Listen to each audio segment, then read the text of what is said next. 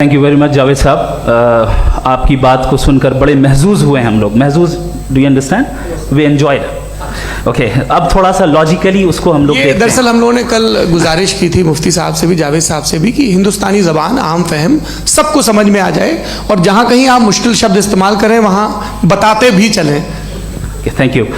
तो सबसे पहले हमारे रिस्पेक्टेड जावेद साहब ने हवाला दिया कि खुदा फ़ानी है। कितने मजहब आगे चले गए, किसी ने जुपिटर को खुदा माना, किसी ने किसी को माना। मैं कहता हूं जिसने कॉन्टिंजेंट चीज को खुदा माना, गलत माना, वो खुदा ही नहीं, वो खुदा ही नहीं है। हम तो नेसेसरी बीइंग को साबित करने बैठे हैं, वो नेसेसरी कॉज जो इटरनल है, जो अबदी भी है और अजली भी है। हम किसी और को साबित करने नहीं बैठे। दूसरी चीज उन्होंने कहा कि फेथ एंड बिलीफ, ये एक ऐसी डेफिनेशन है फेथ की जो इन्होंने पहली मर्तबा पेश की है, या माफ कीजिएगा इन्होंने पहली मर्तबा पेश नहीं की है, रिचर्ड डॉकिंस ने पहली मर्तबा पेश की है। मुझे मालूम है ये सोर्स कहां से है। एपिस्टेमोलॉजिकली फेथ और बिलीफ का फर्क आप इस तरह नहीं कर सकते सर। फेथ सही भी होता है, गलत भी होता है। बिलीफ सही भी होता है, गलत भी होता है। जो लॉजिक, रीजन और एविडेंस से बैक्ड होगा वो फेथ सही होगा। और आप जिस फेथ की बात कर रहे हैं कि इलॉजिकल है और उसके पीछे नहीं है, तो we are on the same page. हम नहीं मानते उस फेथ को। जो फेथ ऐसा हो जिसके पीछे कोई लॉजिक ना हो, एविडेंस ना हो, हम नहीं मानते। हम तो उस फेथ के कायल हैं जिसके पीछे लॉजिक हो और एविडेंस हो। तो बिलीफ सही भी होता है, गलत भी होता है, फेथ भी सही होता है और गलत भी होता है। तो आज फेथ और बिलीफ के डिफरेंस पे बात नहीं हो रही है। आज आप चाहे फेथ एक्सेप्ट कर लें या बिलीफ एक्सेप्ट कर लें, आज ये बात होगी कि ट्रूथ क्या है। चाहे ट्रू बिलीफ सही है या ट्रू फेथ सही है, और फॉल्स फेथ क्या है और फॉल्स बिलीफ क्या है, बात इस पे हो रही। दूसरी चीज इन्होंने पूछा स्टुपिडिटी फिर क्या है। अगर फेथ रिलीजन स्टुपिडिटी नहीं है तो और क्या है? चूंकि फेथ का मुतालबा करते हैं तो स्टुपिडिटी क्या है?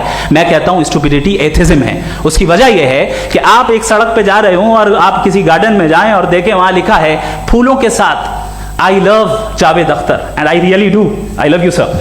सो जब आप वहां पर पहुंचे तो वहां पहुंचकर अब ये बताएं, क्या आप ये कहेंगे वाह व्हाट अ नेचुरल सिलेक्शन? ये क्या नेचुरल सिलेक्शन है? नहीं, ये प्रिसाइजली डिजाइंड है, इसके पीछे डिजाइनर है। लिहाजा अगर कोई एक ऐसी कॉमन सेंस की बात को कबूल नहीं कर रहा है कि यूनिवर्स जो इतने प्रिसाइजली काम कर रहा है, हम कह दें कि खुद ब खुद बन गई, मैं समझता हूं इससे बड़ी स्टुपिडिटी और कुछ नहीं है। ये रैशनल चीज है। फिर हमारे सर ने कहा कि आपने बॉल पे फोकस किया, आइलैंड पे फोकस नहीं किया।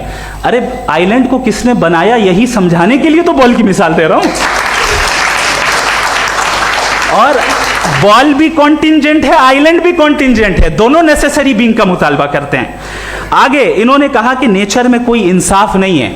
हम डिसाइड करते हैं कि मोरालिटी क्या होती है, इंसाफ क्या होता है। हम डिसाइड करते हैं, जैसे ड्राइविंग सीट में ट्रैफिक वाला, ये तो किसी खुदा ने नहीं कहा, ये है, इसे कहते हैं फॉल्स इक्विवेलेंस। ये एक लॉजिकल फेलेसी है। आपने जो है मिसाल दी ड्राइविंग की और ट्रैफिक की, ये सब्जेक्टिव मोरालिटी है। आप सब्जेक्टिव मोरालिटी को मिसाल बनाकर ऑब्जेक्टिव मोरालिटी के ऊपर नहीं थोप सकते। इंसाफ की ऑब्जेक्टिव मोरालिटी है। अगर आप ये कहते हैं कि नेचर में इंसाफ नहीं है तो इंसाफ का न होना ये नेचुरल हुआ, तो फिर नेचर को नेचर रहने दे, क्यों हम इतना स्ट्राइव कर रहे हैं दुनिया में इंसाफ लाने के लिए? ये तो इलॉजिकल बात है, इरैशनल बात है। इसलिए बहुत सी चीजें ऐसी हैं जो ऑब्जेक्टिवली जो है इविल या गुड हैं, और बहुत सी चीजें ऐसी हैं जो सब्जेक्टिवली हैं। सब्जेक्टिवली जो मोरल होता है या इमोरल होता है उसको हम सोशल कंसेंसस से या पर्सनल प्रेफरेंस से डिसाइड करते हैं। लेकिन जो ऑब्जेक्टिव मोरालिटी है जिसमें इंसाफ आया, जो इन्होंने बार बार रिपीट किया, ये ऑब्जेक्टिव है, सब्जेक्टिव नहीं है। अगर आप कहते हैं ये सब्जेक्टिव है तो मेरा सवाल आपसे ये है, क्या सोशल कंसेंसस के जरिए अगर जुल्म को सही करार दे दिया जाएगा तो आप जुल्म को जस्टिफाई करेंगे? दूसरी चीज इन्होंने ये कहा कि 2 पैक शराब पी लें तो वो उतने पे नहीं रहता, बढ़ जाता है। यही मामला मजहब के साथ है। 2 पैक आप पी लें बढ़ेगा। तो ये एक ऐसी मिसाल है, इसको कहीं भी फिट कर लें कि आप एथिज्म पे जब फिट करें, जब आप 2 पैक एथिज्म का लेंगे ना तो वो बढ़ बढ़ के नॉर्थ कोरिया बनेगा। Thank you.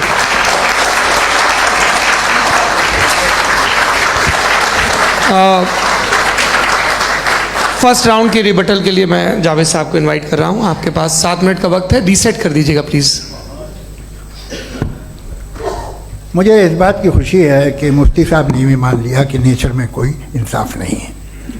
तो कोई भी चीज़ जो इंसान ने नहीं बनाई है उसमें इंसाफ नहीं होता है।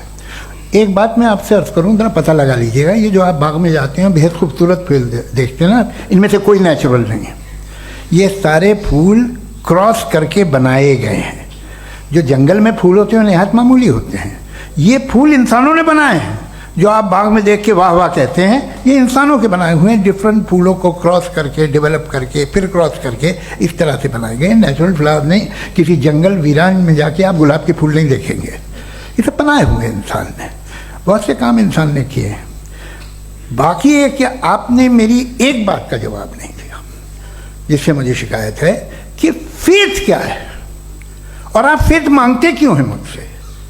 आप तो लॉजिकल हैं, आपके पास तो सारे रैशनल हैं, आपके पास सारे सबूत हैं, तो आपको फेथ की डिमांड क्यों करते हैं कि भाई तुम सरेंडर कर दो और सवाल मत करो।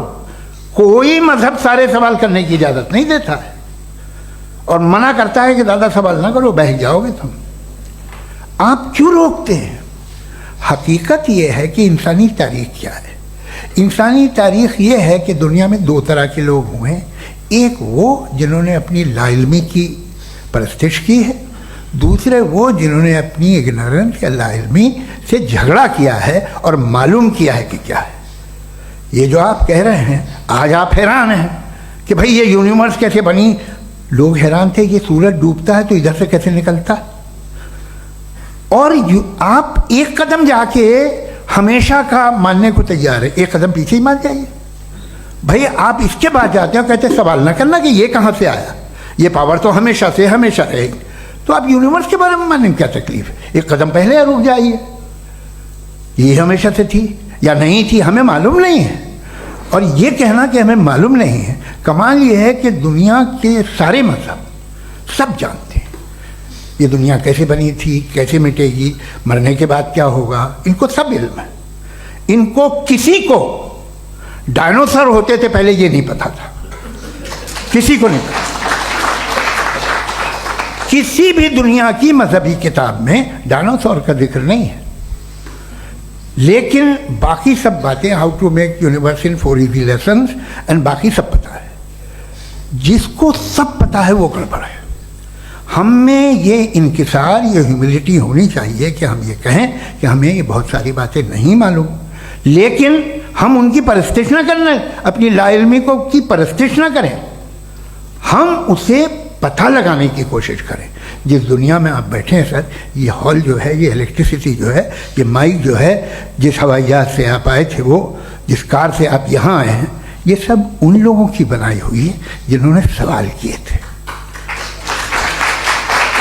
ये दुनिया जिसमें आप आज आराम से हैं, ये उन लोगों की बनाई है कि जिन्होंने सवाल किए थे। और हर स्टेज पे इन सवालों को मकरूह कहा गया था, गलत कहा गया था। आप जरा तारीख पढ़िए, एक बड़ी दिलचस्प किताब है बर्ट्रैंड रसेल की, जिसमें उसने रिलीजन एंड साइंस कि कब से रिलीजन जो है साइंस के अगेंस्ट है। और हद तो ये है कि भाप के इंजन के खिलाफ थे, स्टीम इंजन के भी खिलाफ थे, और फतवे हुए उन पर, वेटिकन ने दिए।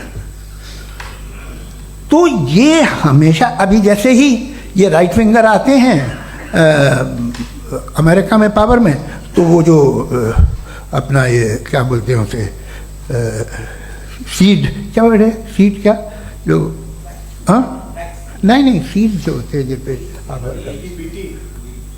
जी नहीं भाई, वो जो ह्यूमन बॉडी के वो,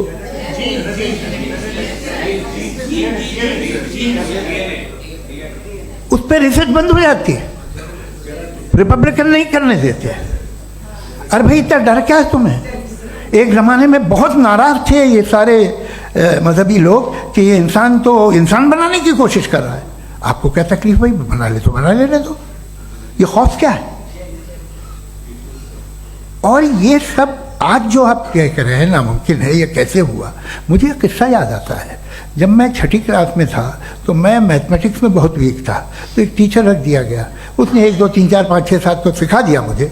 वो दिन मैं भूल नहीं सकता हूँ मुफ्ती साहब, जिस दिन उसने ये बताया कि 1/2 क्या होता है और 3/4 क्या होता है, मुझे ऐसा लगा कि मेरा सर बीच से फट जाएगा।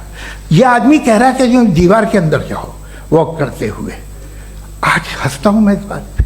तो आज जो बातें आपके जहन से बिल्कुल परे हैं और आप हैरान होते हो उन्हें देख के, एक वक्त आएगा कि मामूली लगेंगे, और हुआ है। आपकी इंसानी तारीख ही है। इतनी जल्दी सारे फैसले आप मत कर लीजिए, थोड़ा ये ह्यूमिलिटी रखिए कि भाई ये हमें नहीं मालूम। ये कहने में क्या आ रहा है? ये यूनिवर्स कहाँ तक फैली, ये कब से है और कब तक रहेगी, हमें नहीं मालूम। आपने फैसला कर लिया कब बनी। ये आपके हिसाब से कोई 14 बिलियन ईयर बनी जो समझा जाता है। उससे पहले हजारों करोड़ों अरबों साल तक खुदा बैठा क्या कर रहा था? खामोश बैठा था, ऐसी जमाइयाँ ले रहा था। फिर उसे आइडिया है, यार एक काम करते, वक्त अच्छा गुजर जाएगा, यूनिवर्स बनाते। सोचिए, वो तो हमेशा से है ना, मगर यूनिवर्स हमेशा से नहीं है, ये तो बनाई गई है। और उससे पहले क्या था, इनका क्या काम था? कैसी बात है, ये बड़ा आसान है। जो बात हमें आज धीरे धीरे पता चली है, बरसों 2000 और 2500 साल पहले आपको किसी ने बता दिया कि क्या था, आप मान गए, और तब से वही मान रहे हैं जो 2500 साल पहले कहा गया था।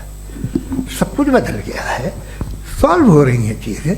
अभी साइंस बिल्कुल दावा नहीं करती, या कोई फिलोसफर ये दावा नहीं करता कि हमें सब मालूम, बल्कि वो कहता है कि हमें जितना मालूम होता है उससे ये मालूम होता है कि हमें कितना कम मालूम।